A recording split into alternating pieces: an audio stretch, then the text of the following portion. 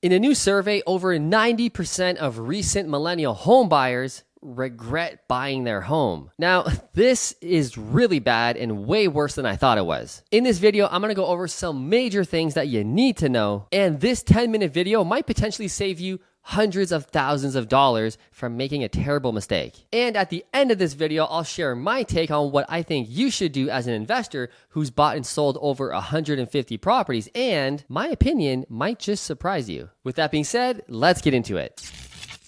So the first regret that most millennials have when they're buying a house is higher prices and even getting into a field and even getting into a market where the prices are so damn high. We're now seeing that home ownership is taking up 60% of most people's income. That's the mortgage payment, property taxes, the insurance, any repairs that got to be done. 60% of people's net profit income is going towards servicing their house, which is absolutely insane. Now, with inflation going on, everything being as expensive as it is, food, clothes, car insurance, cars, gas, everything, then you top on high mortgage costs that people have, 60% of their income, like there's no way people are going to make it. This is just building up to be something of a disaster. And what's really happening is people aren't able to qualify for the home that they truly want or need, but they're so motivated or desperate to just be a homeowner that they end up buying something that they don't like. It's small, it's crappy, it's not what they wanted, but they just felt pressure to get it, to get in and be a homeowner.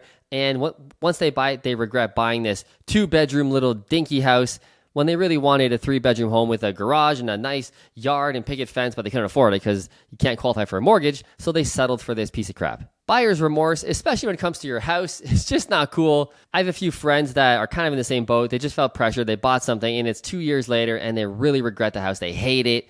It needs so much repairs, all this stuff, and they just feel terrible about it. Now, the next regret that a lot of millennials have is buying too fast. Again, there's all this pressure. This house was holding offers. There was 40 offers on the house. Oh my God, I got to buy this house. That they didn't have time to vet the neighborhood, drive around, see what amenities are around. What does it look like after 7 p.m., after 8 p.m. when it gets dark? What does it look like during the week at noon? How much traffic is there? Like, nobody did the time or research because they just felt pressure to just buy something. And most often than not, honestly, they admit that their realtor forced them to buy it one way or another. Maybe they didn't literally crack a whip on them, but the realtor, said all the buzzwords, and it was the truth maybe of like, hey, there's 40 offers on this place. Like, if you guys want it, you got to make a choice right now. You got to put the offer in, not at 440. I'd recommend going at 480. That's probably going to seal the deal. If you really want this house, you got to put it on 480 firm, no conditions, and we got to do it now. That's just the market we're in, unfortunately, in a lot of markets across America and especially Canada. That's just how it is. But, people always blame the realtor. Now, the next regret people have is buying a fixer-upper because their budget didn't really allow them to buy what they truly wanted. Again, that nice picket house with a white fence, all that nice stuff, hardwood floors, They end up buying a fixer-upper because their budget doesn't allow it. This isn't HGTV, man. People aren't qualifying for $1.2 million when they only make $50,000 a year as a couple. That's only TV stuff.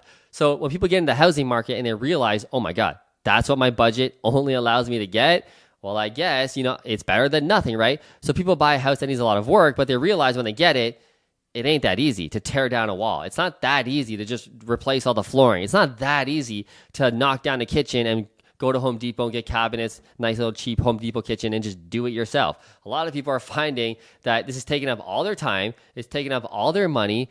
Because they bought a fixer-upper, shit's always breaking. Like the shower valve is always breaking. The kitchen sink tap never works right. It's dripping, costing more in water bills. I got to change that. And that's the thing when you buy a house, dude. Things are always breaking. We built this house brand new. It's only 2 years old. Shit's always breaking, even on a brand new home. Just stuff you don't think about. Stuff like a windstorm comes in and blows off something outside. Like the light fixture on the side of the house breaks, whatever. The builder's not going to cover that. You have to just fix everything. There's always stuff to be fixed. We just installed a custom steam shower, whole sauna friggin' spa room in our basement. No problem. It's been about a year and a half since we did that. The steamer broke. Just a little piece that allows the steam to be made. $200. I got to replace it. It's just things like that. And this is a brand new house. Imagine you have a fixer-upper house, which I've lived in a bunch. Me and Rachel have lived in a number of shitty houses before we upgrade to this thing. There's always things to be repaired and fixed. You want to change out the shower tile surround because it's lame. That should only be $400. It's like $800 actually. and it's going to take the next 5 weekends of your life after work. So now you're pretty much working 7 days a week. There's a lot that goes into making a choice into buying a fixer-upper. And no surprise, a lot of people are having regrets of buying the fixer-upper. Now, the next regret that's kind of counteracting all the other ones is, I wish I bought sooner. So we're just talking about how people feel pressured and rushed to go in and buy a house, make an offer. There's 40 offers. Oh my God, make an offer now.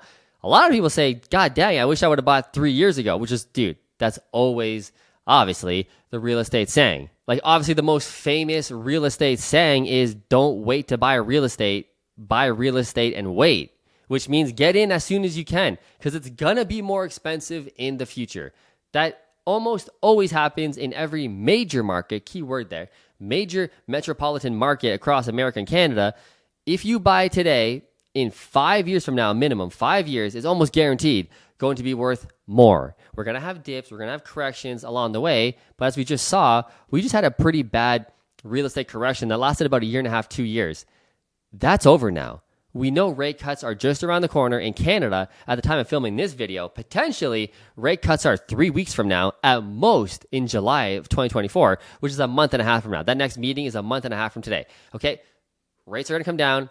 Buyers are going to come running back slowly but surely. Prices will rebound. It might not be moon time right away, but it's over. They're not going down from here. In the US, we know the Fed is about anywhere from 4 to 6 months away from likely cutting rates. And again, the same effect will happen. Buyers will finally come out of the woodwork and go, okay, this is it. No more rate hikes. You know, now we're going down probably for the next 1.5 to 2 years, just like we went up for the recent 1.5 to 2 years. That's going to happen again on the other side. More buyers are going to come. They're going to start putting offers in.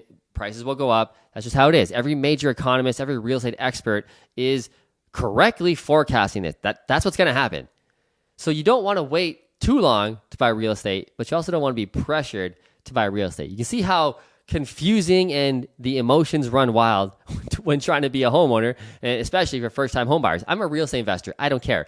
I'm very emotionless when it comes to buying properties. When it comes to buying my house like this one, it still was pretty emotionless for me. I'm just used to buying houses all the time. We're buying one house every single week in our business. Like, it's no big deal to me, but I get it. For a first-time buyer, they're buying their first house. This is a wild roller coaster. So what's my advice?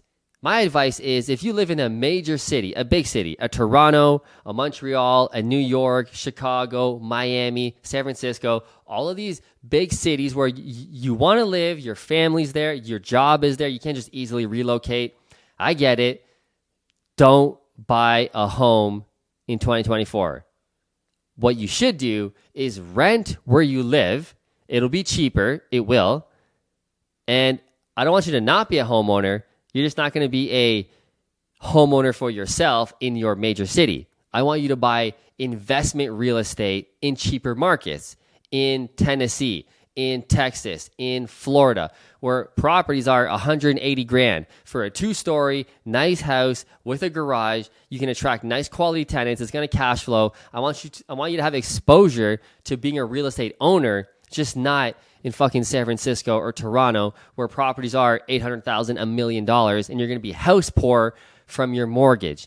Rent where you live and own investment real estate where it makes sense, where it's going to cash flow and continue to appreciate, and where there's job growth and population growth and GDP growth and all the nerdy things we talk about on this channel. So if you want to know more about that and how to be a real estate investor and you're not yet subscribed, you definitely want to hit that subscribe button. Let me know in the comments. What do you think?